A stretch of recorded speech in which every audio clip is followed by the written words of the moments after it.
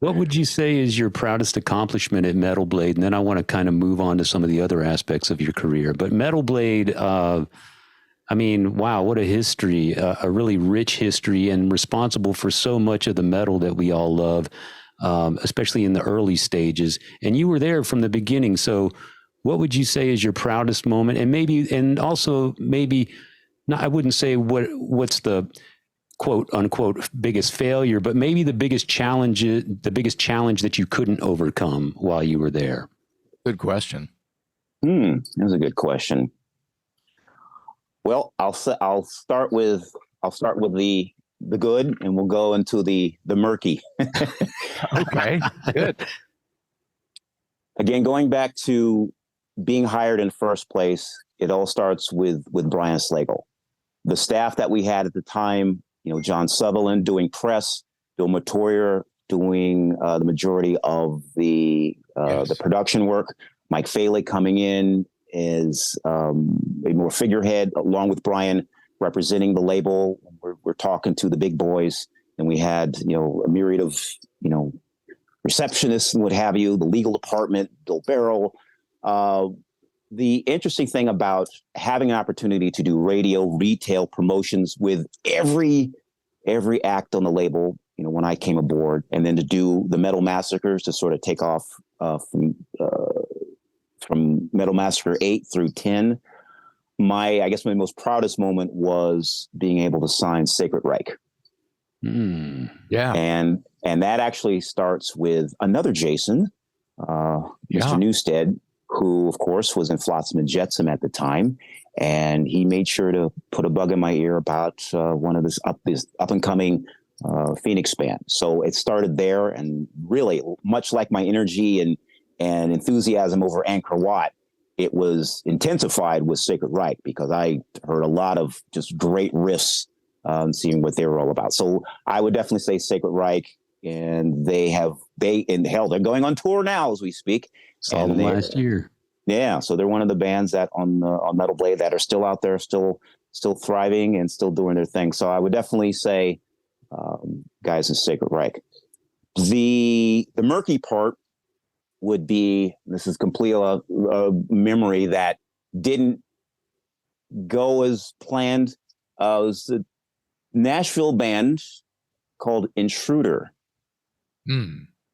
We put out about 3 releases with that band. Good, solid metal band, but that was a time where they had management that, we think we butted heads over a lot of different things. There was a lot of communication issues, matters over artwork, studio budgets, and getting, it was a lot of back and forth that resulted in a thing that could have gone better. And so that was probably this was probably 1989, probably one of the last things I was a part of. So that was one. In fact, even though the band is no more currently, that was one of those situations where, had things gone better, we'll never know.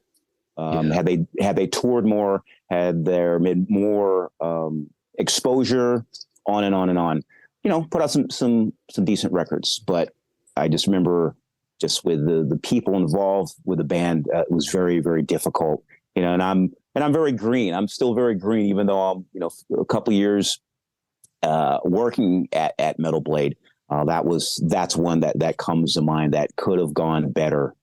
And so I'll just leave it at that. What about bringing in a band, or playing a demo for Brian, or whatever the scenario where you really wanted this band, but you knew it wasn't entirely up to you? Of course, you're just you're the rainmaker. You're just trying to you're trying to make the connection and make sure all the right boxes get checked before you turn around and tell this band, nope, you guys didn't check all the boxes.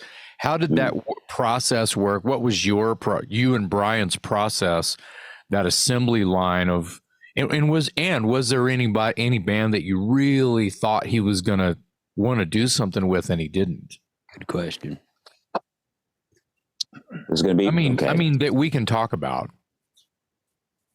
Well, There's three, and one Wow. is massive. Now, this is my recollection because I know what tapes I got. Majority of them I still have, but he ultimately has the final say.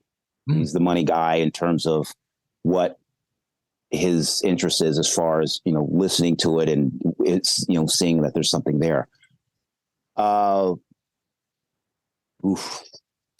here we go. One that comes to mind was a band called Mercenary out of the Bay Area. Okay. Great, solid riffs, the whole thing. That was more of, they wanted more than just an appearance on a Metal Massacre. That didn't pan out. Right. Then we will go with yourselves, Mr. McMaster. Watchtower. Wow. I know there was my doing a full court press on trying to do at least a song on a Metal Massacre, and then of course putting out Energetic Disassembly. What's fuzzy is why that didn't happen. I know there was clearly interest on our behalf, but I don't know why we were not able to do some type of licensing P&D deal. Energetic Disassembly was just at that time ahead. It was ahead of its time as far as what you were doing, and as you were labeled on the album, Vocal Insanity of Jason McMaster. Yeah. So that was one of those deals where there's this band, they already have a release out. Let's put this out. So I know I presented that to him. I don't know what happened there. And a lot of those bands, I'm sorry to interrupt, it doesn't have to be Watchtower. There was a lot of bands that don't fit somewhere, but at the same time, and you'll agree because it's kind of part of what you've been revealing, is that from Goo Goo Dolls to Angkor Wat to Crossover to having another imprint of the label for these things that don't go anywhere because it's not Savage Grace with a metal chick on the front, or Bitch, or there's a certain kind of metal that you guys were all about and that were way behind, but a band that was just kind of odd, I could see why it wouldn't fly. Yeah. Well, past the hey, check this out.